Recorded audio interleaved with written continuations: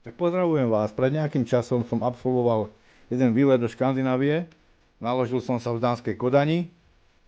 Bolo to úžasné, proste táto plavba je krásna. Škandinávia celkovo nám poskytuje, dá sa povedať, ešte niekde netknutú prírodu.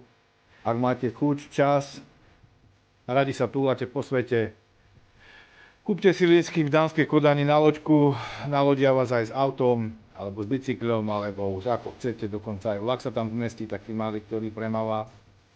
A vylodíte sa buď vo švédskom Štokholme, alebo až v Norsku, Bergen, Oslo. Cesty sú rôzne, takže bolo to úžasné. Dobre sa oblečte a ak máte chuť na cestovanie, je to krása. Odporúčam ale teda ísť radšej v lete, lebo v zimných mesiacoch, keď sa dostanete až do Norska, tak tie cesty sú obmedzené.